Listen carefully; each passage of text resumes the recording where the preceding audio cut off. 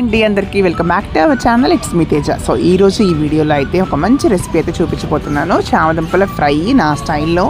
ముందుగా చామదుంపలని ఒక 1/2 kg వరకు తీసుకున్నాను. వాటిని ఉడకబెట్టుకొని పక్కన పెట్టుకుని దానిపైన స్కిన్ తీసేసేసి చిన్న చిన్న ముక్కలుగా కట్ చేసి పెట్టుకున్నాను. సో గిన్నెలో వచ్చి ఒక 3 స్పూన్స్ శనగపిండి, 1 టేబుల్ స్పూన్ వచ్చి రైస్ ఫ్లోరు, తర్వాత కొంచెం అల్లం వెల్లుల్లి పేస్ట్, నచ్చకపోతే మీరు ఇదైతే స్కిప్ చేసేసుకోవచ్చు. తర్వాత కొంచెం సాల్ట్, పసుపు, దానికి సరిపడంత కారం, కొంచెం ఆమ్చూర్ పౌడర్ వేసేసుకున్నాను. కొంచెం గరం మసాలా కూడా వేసేసుకొని ఈ పిండిలో అన్నీ మిక్స్ అయిపోయేలాగా కలిపేసి పక్కన పెట్టుకోవాలి.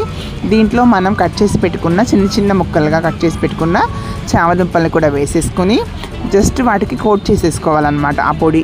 దీంట్లో మనం ఎటువంటి వాటర్ కలుపుకోక్కర్లేదు, ఎందుకంటే అవి ఆల్రెడీ తేమగా ఉంటాయి కాబట్టి చక్కగా పిండి కోటింగ్ లాగా పట్టేసుకుంటుంది. సో నేను వీడియోలో చూపిస్తున్నట్టుగా గిన్నెని పైకి కిందకి అంటేనే సరిపోతుందన్నమాట. తర్వాత ఇదైతే ఒక ఫ్రై ప్యాన్ తీసుకోవాలి.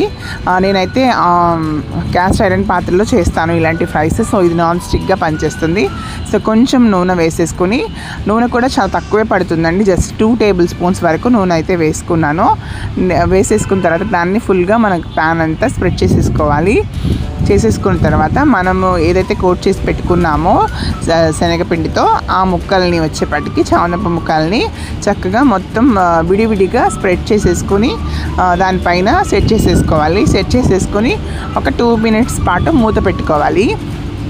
ఫ్రెండ్స్, నా వీడియోస్ రెగ్యులర్గా వాచ్ చేస్తున్న ప్రతి ఒక్కరికి థ్యాంక్స్ అండి. సో మన ఛానల్ని సబ్స్క్రైబ్ చేసుకుని చూస్తే నాకు ఇంకా హ్యాపీనెస్ అండ్ మోటివేషన్ అయితే దొరుకుతుంది. సో ఇప్పుడైతే చామదుంపలు ఒక సైడ్ వేగిపోతాయి, ఇంకొక సైడ్కి మళ్ళీ మనం మార్చుకుంటూ ఉండాలి. ఇలాగా ఒక 10 minutes వరకు సిమ్లో పెట్టుకొని మనం చక్కగా ఫ్రై చేసుకుంటే మంచి చామదుంపల ఫ్రై అయితే రెడీ అయిపోతుంది నా స్టైల్లో. దీంట్లోనే కొంచెం నేను కరివేపాకు యాడ్ చేసుకున్నాను.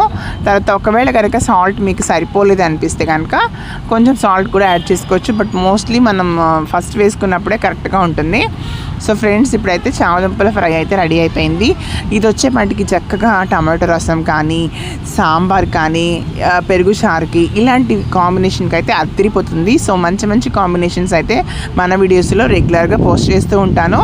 సో నేనైతే దీనికి ఇవాళ ముల్లంగి సాంబార్ అయితే తయారు చేశాను. సో ఇలా అయితే ఈరోజు మా ఇంట్లో లంచ్ బాక్స్ అయితే కట్టేశాను. Thank you so much for watching my videos. Please subscribe.